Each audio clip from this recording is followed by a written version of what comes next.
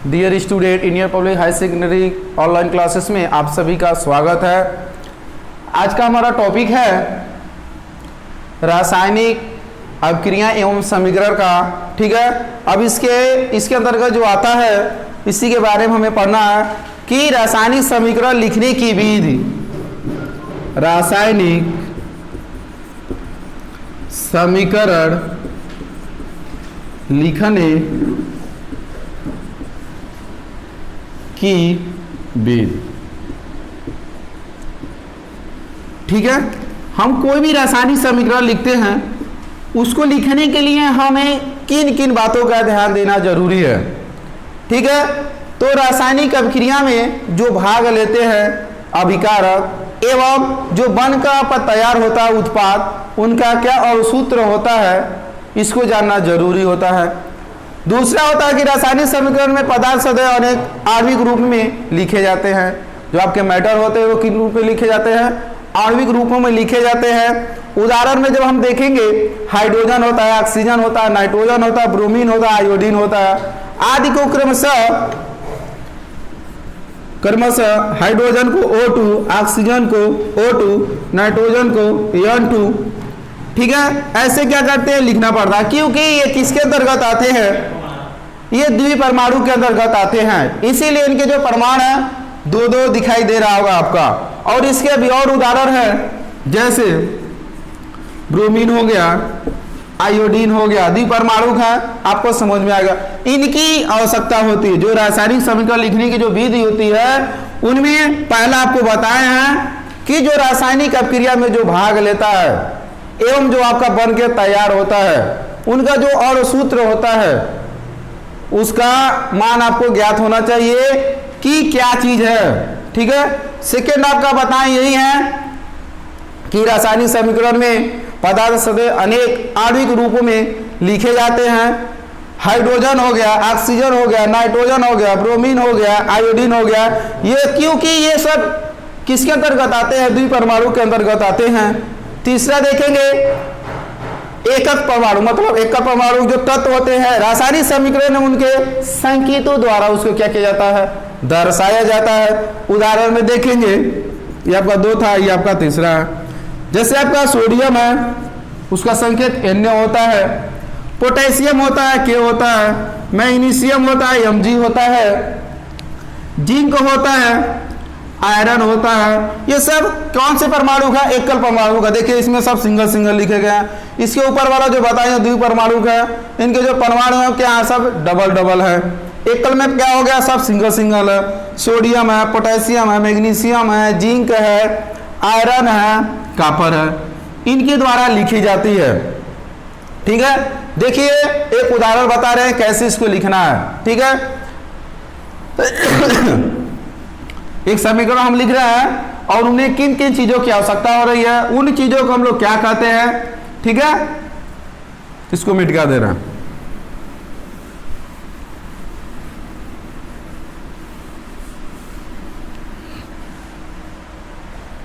देखेंगे Mg plus O2 आपका बन के आएगा MgO। ठीक है, ये आपका क्या है? ये टोटल आपका रासायनिक समीकरण है। ठीक है, और क्या हम लोग पढ़ रहे हैं? लिखने के विधि। क्या रासायनिक जो आपका समीकरण है उसको किस प्रकार लिखा जाता है और लिखने के लिए किन किन चीजों की जानकारी आपको होनी चाहिए। रासायनिक अभिक्रिया में जो भाग ले रहा है, कौन भाग लेता है रासायनिक अभिक्रिया में? इसके पहले वाले वीडियो में आपको बताया है कि रासायनिक अभिक्रिया में जो भाग लेता है वो आपका क्या कहलाता है? अभिकारक। जो बन के तैयार होता है वो आपका उत्पाद। उत्पाद जो आपका बन कर आ रहा है, देखिए इसका आपका क्या लिखा है? MgO। इसको बोलते हैं मैग्नीशियम ऑक्साइड। ये आपका क्या है? मैग्नीशियम है।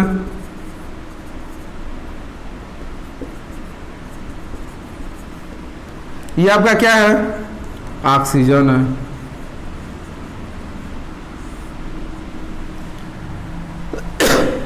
दो स्टेप आपका हो गया। कि जो रासायनिक अपक्रिया में भाग लेते हैं उनको क्या बोला जाता है, जो बन के आ रहा है उसको क्या बोला जाता है। एक आपका क्लियर हो गया। दूसरा आपका यही बोले हैं कि रासायनिक समीकरण को लिखने के लिए जो द्वितीयक परमाणु होते हैं उनमें के अंतर्गत कौन कौन से आते हैं अभी भी बताया। नाइट्रोजन आता है, ऑक्सीजन आता है, ब्रोमीन आता है, आयोडीन आता है, क्लोरीन आता है। देखिए ऑक्सीजन आ गया, इसमें लिखे हैं द्विपरमाणु। फिर तीसरा आपको बताए हैं कि जो एकल परमाणु के एलिमेंट्स जो होते हैं तत्व होते हैं वो सिंगल सिंगल होते हैं। देखिए इसमें मैग्नीशियम क्या आपका सिंगल है, ठीक है, तीनों आपका इसके अंतर्गत आ गया। अब ये हम देखेंगे कि दोनों तरफ परमाणुओं की संख्या क्या बराबर है। अगर नहीं है तो हम इसको क्या करेंगे, संतुलित करेंगे। संतुलित किस प्रकार किया जाता है अब इसके आगे हम बता रहे हैं, लेकिन देख लीजिए क्या संतुलित है कि नहीं। इधर 2 है, इधर आपका क्या है 1 है। हम इसमें क्या करेंगे 2 से गुणा कर देंगे। आपका ऑक्सीजन की संख्या क्या हो गई 2 हो गई। यहाँ भी ऑक्सीजन की संख्या आपकी कितनी है 2 है। लेकिन यहाँ पे मैग्नीशियम की संख्या कितनी हो गई है 2 हो गई है। लेकिन अभिकारक में जो मैग्नीशियम की जो संख्या आपकी है कितनी है 1 है। 1 में कौन सी संख्या से गुणा करें कि आपका 2 हो जाएगा, तो 2 से हम गुणा कर देंगे तो 2 ये भी हो गया। अब हम ये देखेंगे जो आप रासायनिक समीकरण लिखे हैं ये क्या हो गया, पूर्ण रूप से संतुलित हो गया। इधर मॉलिक्यूलों की संख्या और इधर मॉलिक्यूलों की संख्या दोनों क्या हो गई है, इक्वल हो गई है। रासायनिक समीकरण को संतुलित करना क्यों आवश्यक होता है, ठीक है। तो ये डिपेंड करता है द्रव्यमान संरक्षण का जो नियम होता है उसको ये क्या करता है, फॉलो करता है। इसीलिए हम किसी भी रासायनिक जो आपका समीकरण होता है उसको हम लोग क्या करते हैं, संतुलित करते हैं। पहला आपका आता है द्रव्यमान, ठीक है, संरक्षण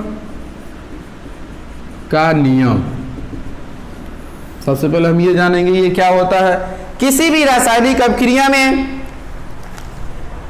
न तो द्रव्यमान का निर्माण होता है न ही द्रव्यमान का विनाश होता है, ठीक है। इसका निष्कर्ष यह निकलता है कि रासायनिक अपक्रिया के पहले जो आपका अभिकारक होते हैं एवं उसके बाद जो आपका उत्पाद होते हैं प्रत्येक पदार्थों के परमाणुओं की जो संख्या होती है क्या होती है, बराबर होती है। बराबर करने के लिए ही हम क्या करते हैं, रासायनिक समीकरण को संतुलित करते हैं।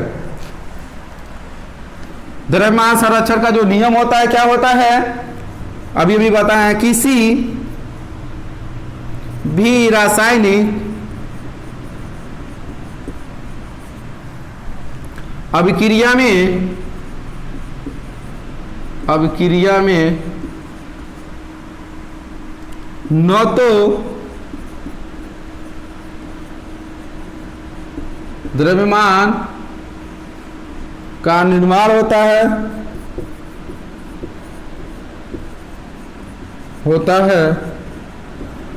न ही द्रव्यमान का विनाश होता है। इससे यह निष्कर्ष आपका निकलता है, इससे आपका क्या निष्कर्ष निकलता है, रासायनिक अपक्रिया के जो पहले अभिकारक होते हैं, रासायनिक जो अपक्रिया होता है उसके जो पहले क्या होते हैं आपके अभिकारक होते हैं एवं उसके बाद जो आपका उत्पाद होता है, इनमें प्रत्येक परमाणुओं की जो संख्या होती है बराबर होनी चाहिए। इसीलिए रासायनिक समीकरण को क्या किया जाता है, संतुलित किया जाता है। अब हम ये देखेंगे रासायनिक अपक्रिया के प्रकार, टाइप्स ऑफ केमिकल रिएक्शन। रासायनिक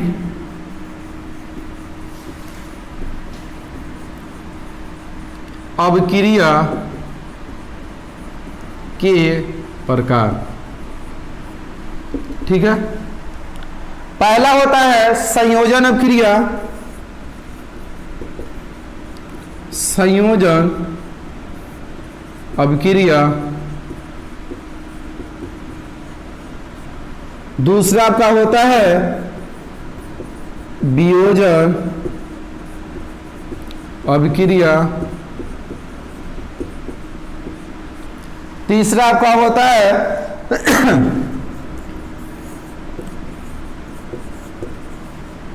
विस्थापन अभिक्रिया,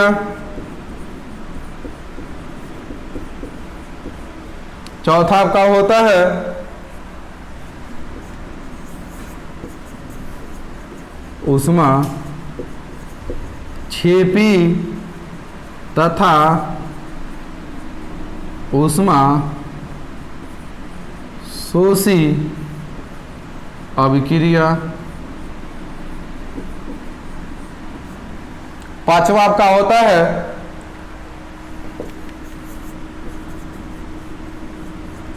ऑक्सीकरण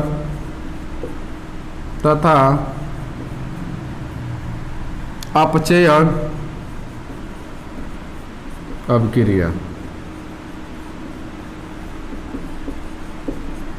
ठीक है, अभी और होते हैं रासायनिक अभिक्रिया के जो प्रकार है, टाइप्स ऑफ केमिकल जो रिएक्शन है उनके जो प्रकार है। फर्स्ट आपका होता है संयोजन अभिक्रिया, दूसरा आपका होता है वियोजन अभिक्रिया, तीसरा आपका होता है विस्थापन अभिक्रिया, चौथा आपका होता है ऊष्माक्षेपी तथा ऊष्माशोषी अभिक्रिया, पांचवा आप लिखें ऑक्सीकरण तथा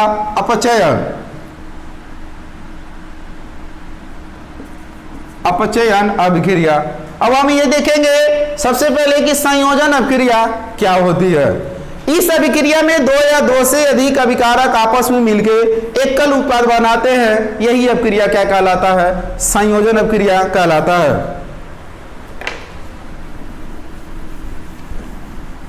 देखिए इसका डिफिनीशन क्या होता है संयोजन अभिक्रिया का।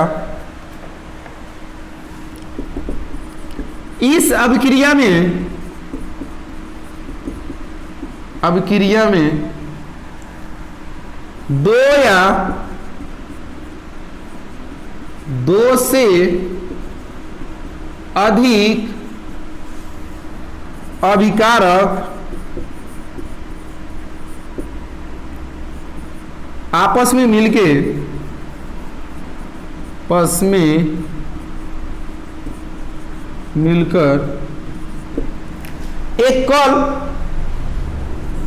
एक लिख सकते हैं या एकल लिख सकते हैं उत्पाद का निर्माण करते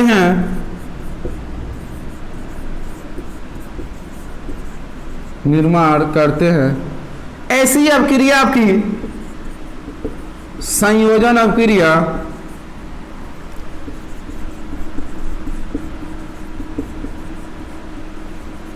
कहलाती है। संयोजन अभिक्रिया आपको पता चल गया होगा कि इस अभिक्रिया में दो या दो से अधिक अभिकारक आपस में मिलकर एकल उत्पाद का निर्माण करते हैं, संयोजन अभिक्रिया कहलाती है। इस अभिक्रिया को किस प्रकार दर्शाया जाता है, जैसे देखेंगे A प्लस मतलब एक आपका क्या उत्पाद है, क्या है? अभिकारक है। ये भी आपका क्या है? अभिकारक है। देखिए एक बोले हैं डिफिनीशन में कि दो हो सकता है या दो से अधिक भी हो सकता है जो आपका अभिकारक होता है, तो हम दो ले लिए हैं, ए और बी ले लिए हैं। आपका क्या बन के आएगा? ठीक है, एकल उत्पाद बनेगा, मतलब सी का निर्माण हो रहा है। ठीक है, उदाहरण देखेंगे कोयले का दहन, कोयले का दहन, कार्बन प्लस दहन ऑक्सीजन के साथ कराएंगे क्रिया। देखिए ये आपका क्या है? अभिकारक है दोनों। क्या है आपके अभिकारक? कार्बन प्लस ऑक्सीजन आपका क्या बनेगा? एकल उत्पाद बनेगा, तैयार होगा कार्बन डाइऑक्साइड CO2। ठीक है, ये आपका क्या है? कार्बन है। ये आपका क्या है? ऑक्सीजन है। एकल उत्पाद आपका मिल के आ रहा है, क्या आ रहा है? Carbon dioxide. ठीक है, और दूसरा देखेंगे उदाहरण जल का निर्माण। ठीक है, तो हाइड्रोजन प्लस ऑक्सीजन, देखिए आपका दो अभिकारक हो गए हैं। ये आपका क्या है? हाइड्रोजन है ये आपका क्या है, ऑक्सीजन है, क्या बनेगा आपका जल H2O। इधर देखिए हाइड्रोजन की संख्या आपका कितना है, 2 है। उत्पाद में हाइड्रोजन की संख्या इधर कितनी है, 2 है, ये ठीक है। ऑक्सीजन इधर आपके अभिकारक में कितनी है, 2 है, लेकिन उत्पाद में कितना है, 1 है। तो हमें क्या करेंगे, रासायनिक जो अब क्रिया हुआ है, ठीक है, समीकरण को तो लिख दी है, लेकिन ये क्या है, संतुलित नहीं है। तो इधर ऑक्सीजन कितना है, 1 है, इधर ऑक्सीजन 2 है, तो इधर क्या करेंगे, 2 से उत्पाद की तरह 2 से गुणा कर देंगे, गुणा कर दिया, ठीक है। ऑक्सीजन की संख्या भी क्या हो गई है, दोनों तरफ बराबर हो गई है, लेकिन इधर हाइड्रोजन की संख्या क्या हो गई, बढ़ गई, कितना हो गई, 2 से 4 हो गई है। लेकिन आपका जो अभिकारक है उसमें हाइड्रोजन की संख्या कितनी आपकी, 2 है, और इधर उत्पाद में आपका 4 है, तो इधर 2 है, 2 से 2 में गुणा करेंगे, कितना हो जाएगा आपका, 4 हो जाएगा। अब ये आपका रासायनिक समीकरण क्या हो गया, संतुलित हो गया। संयोजन क्रिया के अब तीसरा उदाहरण हम देखेंगे। तीसरा उदाहरण है अमोनियम, ठीक है, क्लोराइड का, ठीक है, निर्माण, ठीक है। तो सबसे पहले अमोनिया ले लेंगे NH3 प्लस HCl ले लेंगे, हाइड्रोजन क्लोराइड या हाइड्रोक्लोरिक अम्ल भी बोल सकते हैं, हाइड्रोजन क्लोराइड, क्या बनेगा आपका अमोनियम क्लोराइड NH4Cl, ठीक है। ये आपका क्या है, संतुलित है, इसका क्या नाम होगा, अमोनियम क्लोराइड। ये रासायनिक क्रिया क्या है, आपका संतुलित है। जो आपका अभिकारक है, जो उत्पाद आपका बना है, दोनों तरफ परमाणु की संख्या क्या है, इक्वल है।